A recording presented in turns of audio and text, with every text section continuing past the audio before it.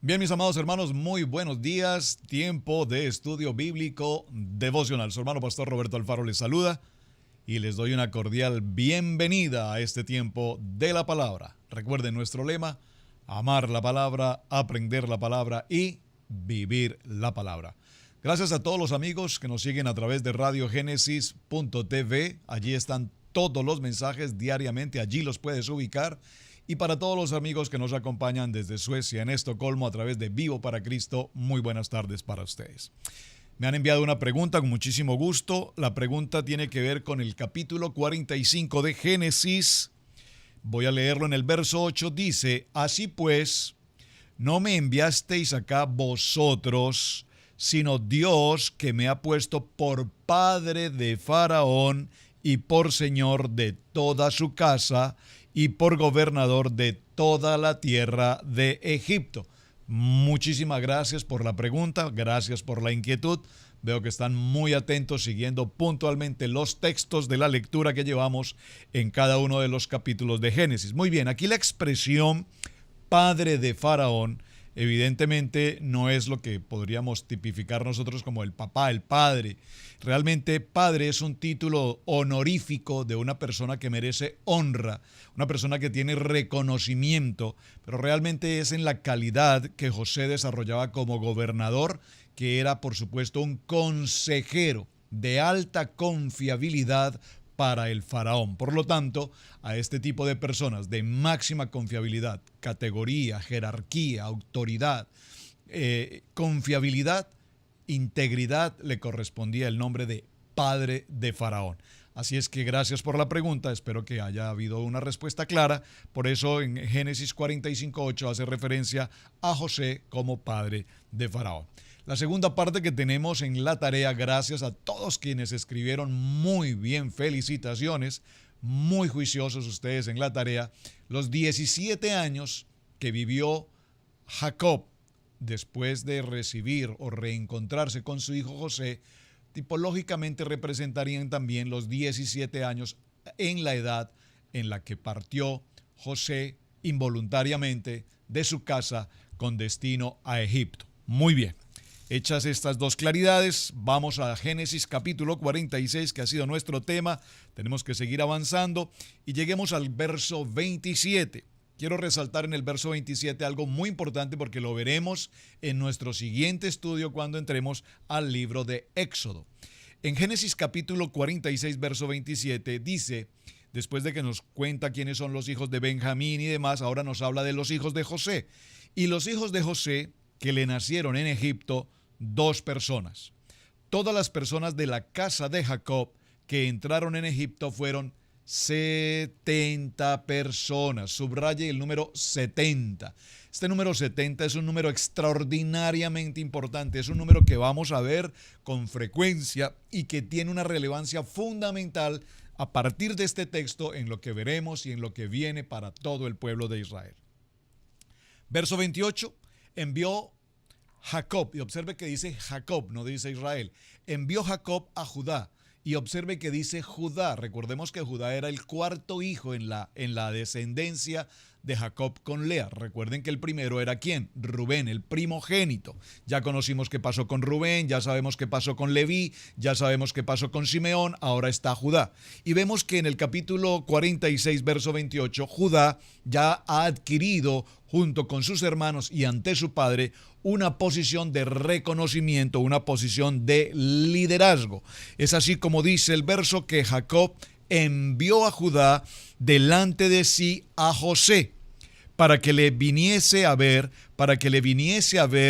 en Gosén y llegara a la tierra de Gosén. Es decir, iba como representante de su padre, muy importante, Judá, de donde vendrá el pueblo judío posteriormente, va en representación de Jacob, de Israel, a verificar las tierras que ellos van a recibir, dónde van a habitar. ¿Por qué es importante este aspecto? Porque es fundamental saber y reconocer que la actividad laboral de Israel, de Jacob y su familia, es el cuidado de los ganados, de las ovejas, es decir, el pastorado.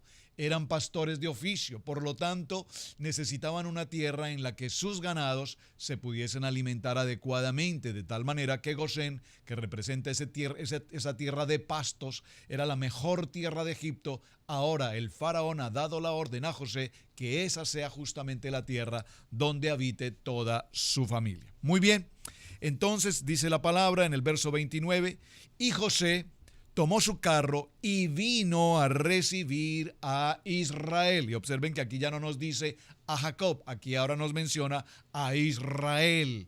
Muy importante esta expresión. ¿Quién? José ahora viene a recibir a su padre, a Israel, en Gosén, y se manifestó a él y se echó sobre su cuello y lloró sobre su cuello largamente. Sobre este texto que tenemos del verso 29 podríamos tratar toda una jornada. Número 1, vemos que es José quien viene y se presenta delante de su padre. ¿De quién? De Israel.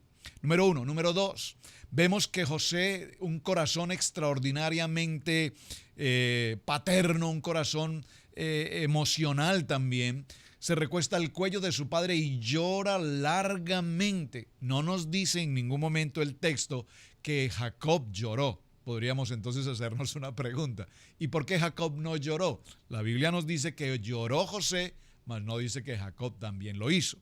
Aquí habrían algunas inquietudes interesantes. Usted piense por un momento lo que significa el encuentro después de 22 años entre Jacob y su hijo José, a quien él presumía había muerto. Hay una pregunta importante aquí. Al momento de ese encuentro, no solamente decir, qué bueno, José, saber que estás vivo, papá, qué alegría verte, viene una inquietud y es la inquietud en el corazón de Jacob. Pero José, ¿cómo es que han pasado tantos años y tú no me enviaste una manera, una carta, un documento, una señal por lo menos de que estabas en vida? Han pasado tantos años y prácticamente yo estaba muerto. Prácticamente mi vida no tenía sentido. Vimos en un capítulo anterior cómo al momento en que los hijos regresan a Canaán y le cuentan a su padre de que José está en vida, dice la palabra que el espíritu de Jacob revivió. Es decir, que esos 22 años fueron años de soledad, de absoluta tristeza, de desolación absoluta. Aquí en este encuentro del verso 29 entre su padre y José, pues evidentemente habrían muchas preguntas entre ellos. Pero podríamos hacer o tomar algunas conclusiones. Por ejemplo, muy probablemente José nunca quiso manifestar a su padre lo que había pasado. ¿Qué había pasado? Que sus hermanos, los hijos de Jacob, le habían odiado, habían tomado un concierto, voy a decirlo entre comillas, un concierto para delinquir, para tratar de matarlo, y finalmente habían decidido enviarlo en calidad de esclavo, vendido a Egipto. De tal manera que muy probablemente José en el fondo de su corazón no quería enfrentar esta realidad con su padre, toda vez que él no pretendía de ninguna manera que su padre entendiera o conociera que justamente sus hijos le habían vendido. Número 1. Número 2, podríamos considerar que evidentemente José, ahora que vemos en estos textos que estamos leyendo, habla de que no fueron ustedes los que me enviaron, no fueron ustedes los que me vendieron, fue Dios el que permitió, fue Dios el que me envió, fue Dios el que me puso en este lugar, fue Dios el que me preparó este camino para preservar la vida de ustedes. Podríamos considerar leyendo estos textos entonces que muy seguramente José estaba siguiendo su corazón, los sueños que él había tenido, y posiblemente José entendía que no debía interferir de ninguna manera en lo que ya Dios le había mostrado que se debía cumplir. Son alternativas que solamente, repito, podemos mencionar respecto a este verso 29. Entonces Israel dijo a José, observen la expresión del verso 30. Entonces Israel dijo a José, muera yo ahora, ya que he visto tu rostro y sé que aún vives. Esta expresión del verso 30 es una expresión muy interesante. ¿Por qué? Porque ¿cómo podemos entender que Jacob, el patriarca, este hombre que habla con Dios, que tiene esa conexión de manera que Dios le ha ayudado durante todos estos años, lo ha llevado, lo ha dirigido, ¿Cómo podríamos pensar que hoy que se encuentra con su hijo José, la primera intención de su corazón es morir? ¿Será que él acaso tenía una pena tan profunda que anhelaba su muerte, que solamente al ver a su hijo él entendió que ya su vida no tendría más sentido? Es una pregunta interesante, pero también podríamos considerar desde este punto de vista que Israel ahora que ha encontrado a su hijo José, recuerden por qué razón Jacob amaba tan profundamente a José, porque José estudiaba con su hijo Jacob, estudiaba con su hijo José desde muy niño hasta los 17 años, estudiaba la palabra, la Torá, y sabía Jacob que José sería la continuación del ministerio. Sabía Jacob que José sería la continuación de la nación, de la promesa que Dios había dado a Abraham, a Isaac y a Jacob. Jacob sabía en su corazón que al morir o al desaparecer de la historia, José prácticamente desaparecía la posibilidad de un pueblo llamado Israel, una nación.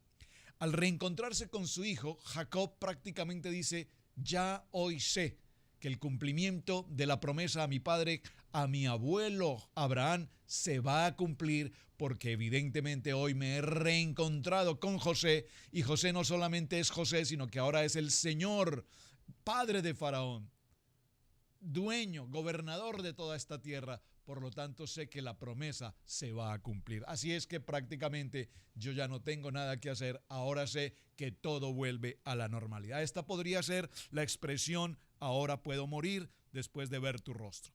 Y dijo José a sus hermanos: subiré a la casa de Faraón y diré que mis hermanos y en la casa de mi padre están en tierra, han venido. Y verso 32, y los hombres son pastores de ovejas, porque son hombres ganaderos y han traído sus ovejas y sus vacas y todo lo que tenía. ¿Por qué es tan importante el verso 32 cuando nos menciona que sus hermanos y todos los hebreos eran pastores de ovejas y de ganados? Porque recuerden que la tradición de Egipto, para los egipcios en este momento, todos los animales, en especial las vacas, eran sagrados, eran dioses. De tal manera que traer ahora a estas gentes, y en Egipto el concepto de pastor era un concepto no muy amable, no muy grato, era un concepto, dice la Biblia, abominable. ¿Por qué? Porque pues obviamente ellos cuidaban de los animales, pero consumían las carnes. Los egipcios no comían la carne.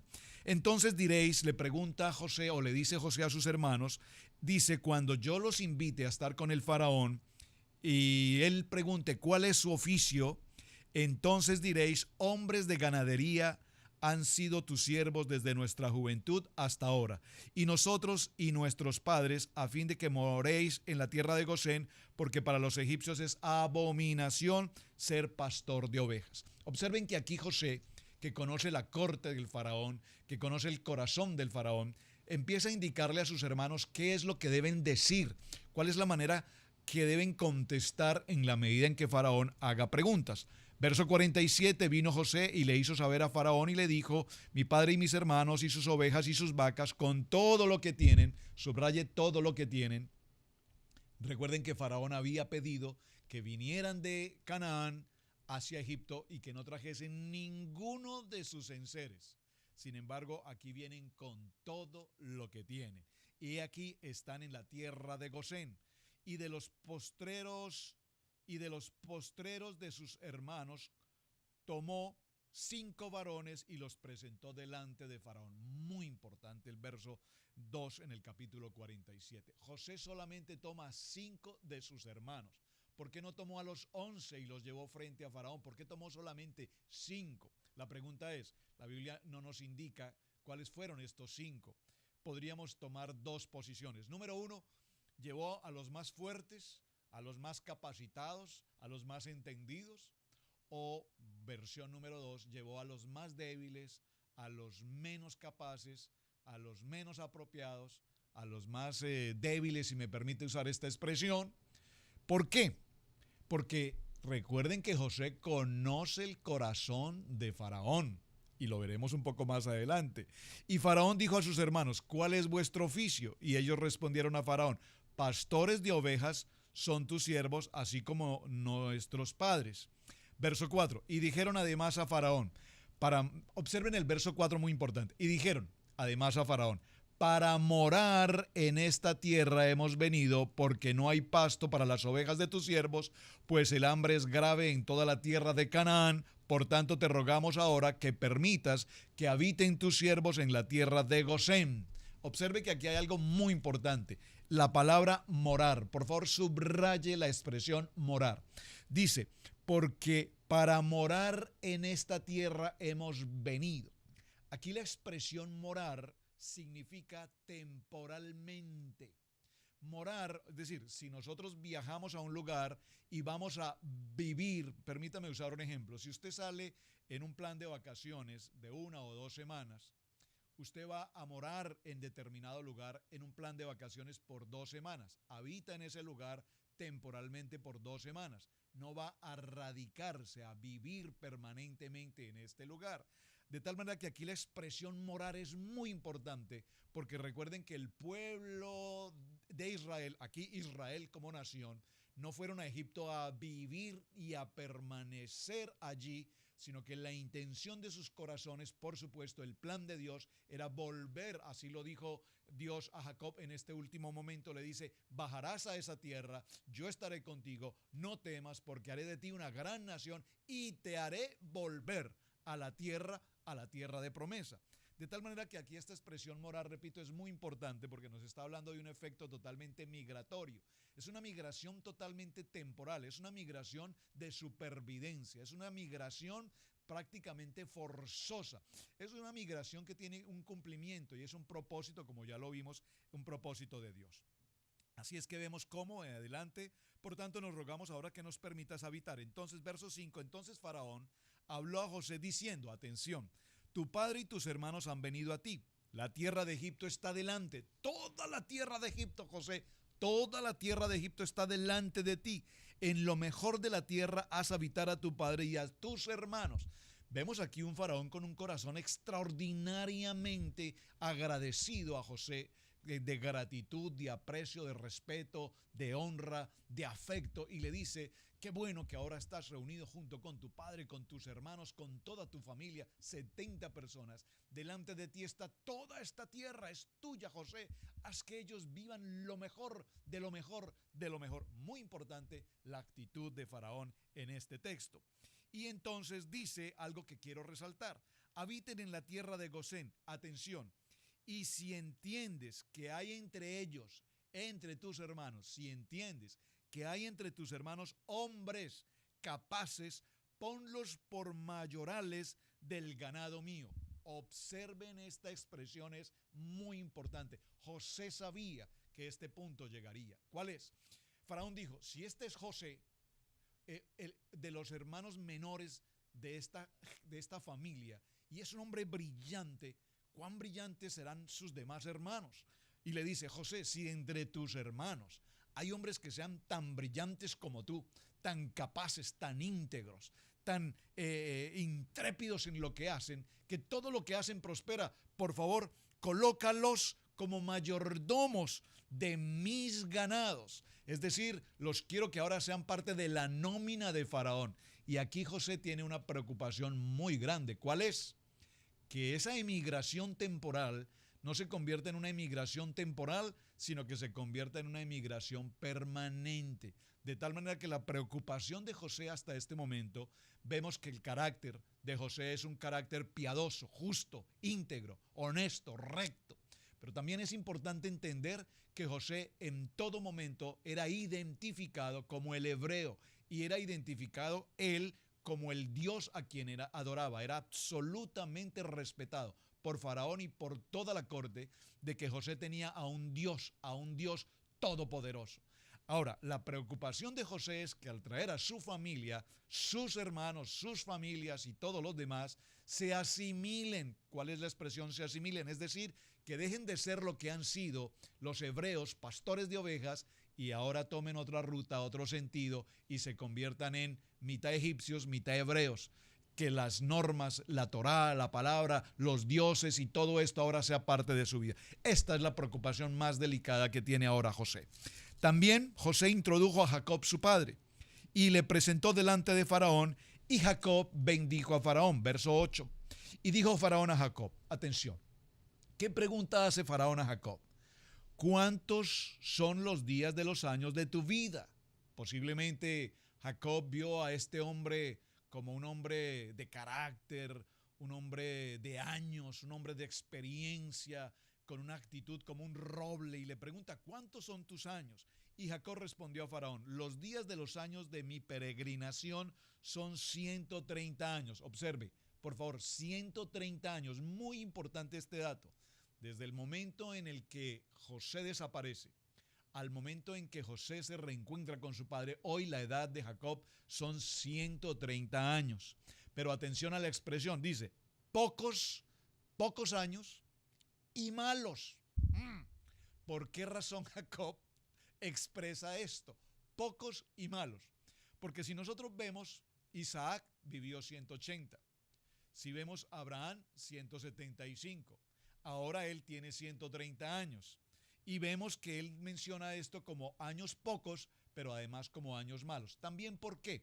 Recordemos que Abraham vivió una vida en la que él fue despojado de todo cuanto tenía y fue bendecido en gran manera. Número uno. Número dos, Isaac, recordemos que Isaac vivió la mejor experiencia. Él disfrutó de todo cuanto su padre Abraham había dejado, de su posición, de sus riquezas. Isaac vivió una vida bastante confortable y vivió más años que todos, 180. Sin embargo, la vida que ha vivido Jacob hasta este momento ha sido una vida muy difícil. Pasó por el proceso del enfrentamiento con su hermano, engañar a su padre, llegar a la casa de Labán, se quería casar con Raquel, terminó casado con Lea, luego con Raquel, luego con las siervas, vienen los hijos, en el proceso de regreso muere su amada esposa Raquel, a quien él amaba tan profundamente, esto produce muchísimo dolor, luego viene su hijo Benjamín, nace Benjamín, José está en la historia, desaparece. Es decir, si resumimos toda la vida de Jacob hasta este momento, evidentemente los días son pocos y evidentemente los días han sido malos. Han sido los días de mi vida y no han llegado a los días de los años de la vida de mis padres en los días de su peregrinación. Y Jacob, verso 10, bendijo a Faraón y salió de la presencia de Faraón. Así José hizo habitar a su padre y a sus hermanos y les dio como posesión esta tierra en Egipto. Y verso 12, y alimentaba José a su padre y a sus hermanos y a toda la casa de su padre con pan según el número de sus hijos. Estamos avanzando muy rápidamente en el texto porque quiero detenerme solamente en algunos que son extremadamente importantes en la información que nos da. En el verso 12 nos dice que José alimentaba a toda su familia. Es decir, el sueño se había cumplido. Él iba a ser proveedor y preservador de la vida de su familia. No solamente de su familia, de una gran nación que será llamada Israel o es llamada ya Israel. Ahora, dice que los alimentaba según el número de sus hijos. Lo que indica aquí en este texto es que José no es que tenía una preferencia, una predilección particular por su padre o sus hermanos. Decía este número, este texto del verso 12 nos está indicando que José, como mayordomo y administrador de toda la tierra de Egipto, del faraón, era un hombre absolutamente justo. Una palabra mejor, ecuánime. Es decir, no había preferencia en el sentido de que fueran sus hermanos, su familia, tal cual el número de sus hijos, tal cual a los egipcios y a su familia él los alimentaba. Y recogió José todo el dinero, dice la palabra, y esto es bien importante, no había en toda la tierra comida y el hambre era muy grave y desfalleció el hambre en la tierra de Egipto, y recogió José todo el dinero que había en la tierra de Egipto y en la tierra de Canaán por los alimentos que él compraba y metió José el dinero en la casa de Faraón. Todo lo que se manejaba financieramente, José lo entregaba siempre oportunamente a la casa del faraón. Así es que encontramos ya en este texto final, en el verso 15, acabado el dinero, y aquí viene una etapa que vamos a ver en el día de mañana con detenimiento.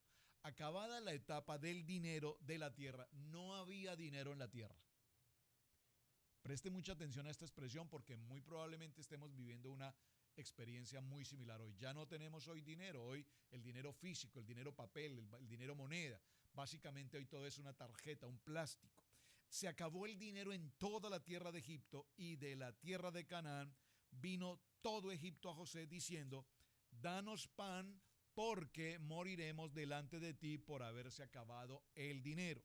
Y José dijo, dad vuestros ganados y os daré por vuestros ganados si se ha acabado el dinero. A partir de este momento veremos entonces qué sucede con todo el pueblo de Egipto, con todos los pueblos circunvecinos, porque recordemos, cuando José interpreta el sueño del faraón, recuerden que lo vimos con detenimiento, José dice, el sueño del faraón corresponde al faraón en el río Nilo, y el río Nilo tipifica Egipto, mientras que las espigas no menciona dónde. Por lo tanto, las espigas significan todos los alrededores de Egipto.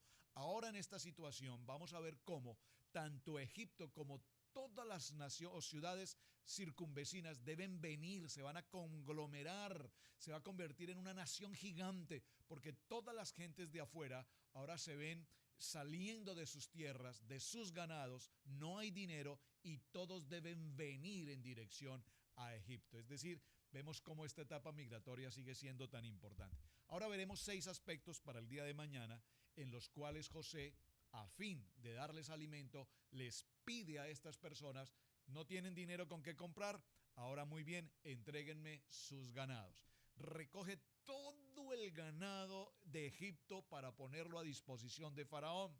Pero vamos a encontrarnos con el siguiente texto en el cual ahora todo el ganado ya se acabó. ¿Qué más hacemos, José? Hay hambre y apenas estamos pasando por el segundo año de hambre. Entonces veremos qué propone José a todos aquellos que requerían alimento. No era gratis, no se los voy a entregar gratuitamente. Ustedes deben ganarse su alimento y veremos entonces cuál es la estrategia que ahora José utiliza para entregar a todos aquellos que pasan por hambre, que era toda la humanidad hasta el momento conocida y debían de una o de otra manera pagar por recibir ese alimento. Usted pensará, ¿por qué se sucede esto? Porque hay justicia. Recuerden que si hay algo que identifica la vida de José es ser justo, ser ecuánime. No es gratuito. Esto no es gratis. A nosotros tal vez nos gustan que nos den muchas cosas gratis. Y José dice, no, gratis no. Se lo deben ganar. De una manera se lo van a ganar. Bien, mis amados hermanos, este ha sido el tiempo de estudio bíblico devocional. Mañana dispondremos el tiempo para terminar Génesis capítulo 47. Nos adentramos a la bendición de Efraín y Manasés a través de Jacob en el capítulo 48 y observen que estamos a muy pocos días ya de cerrar el capítulo completo en Génesis capítulo 50 y terminar todo el estudio bíblico de Génesis para adentrarnos ahora al tiempo del Éxodo. Su hermano Pastor Roberto Alfaro les saluda. Bendiciones, un muy buen día. Shalom, muchísimas gracias por compartir el video, muchísimas gracias por sus mensajes y gracias también por responder a las preguntas y las inquietudes de tarea de estudio bíblico devocional. Bendiciones.